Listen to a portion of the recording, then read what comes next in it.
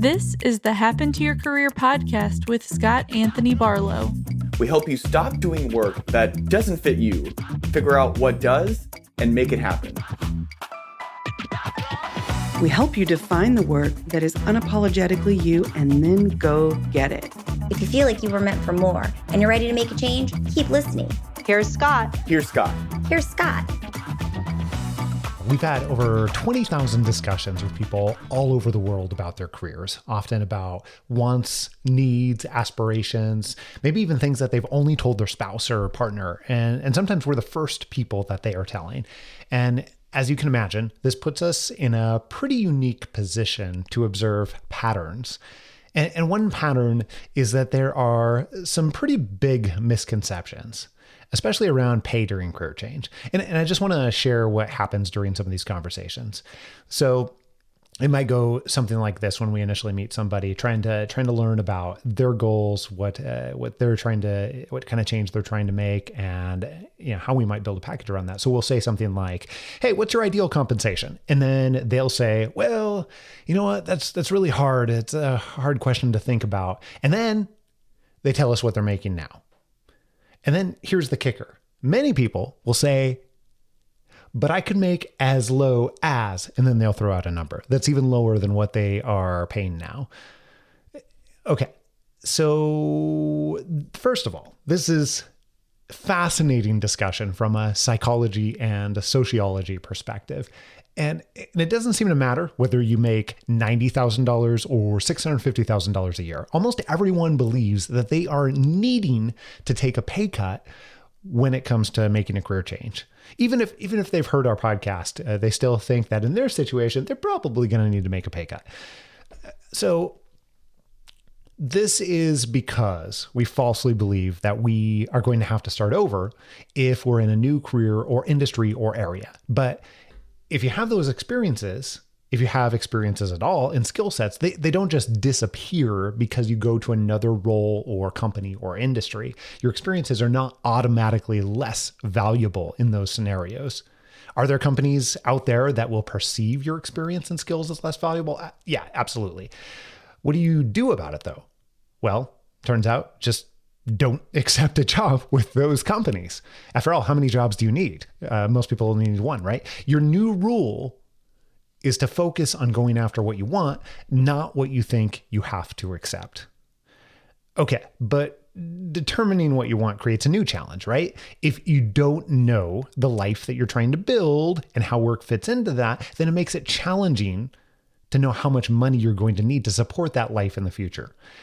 So I want to give you two ways here to completely overturn how you're thinking about your income goals. Number one, you have to understand where you're running to first.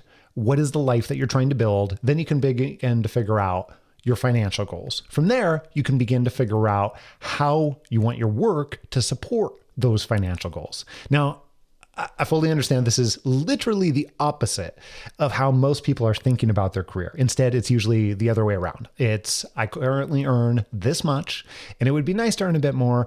And if you earn a marginal amount more, then I could buy, I don't know, whatever, insert your goal here, a boat, invest more, save more, invest for kids' college, whatever it is.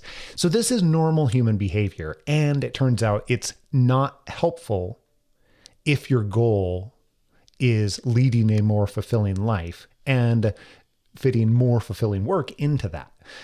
Okay, so I want to give you a second way to think about this differently. And this is what we found when we work with our clients and also when we get to be involved with helping them establish their goals and later on in negotiations for job offers, all those parts. Very rarely or are our clients taking a pay cut when they make a career change? In fact, what we found is less than 15% of the people that we're working with are taking that pay cut in one way or another. And when they choose to, it's 100% intentional, not something they feel they have to do. Okay, I want to give you one more bonus tidbit here.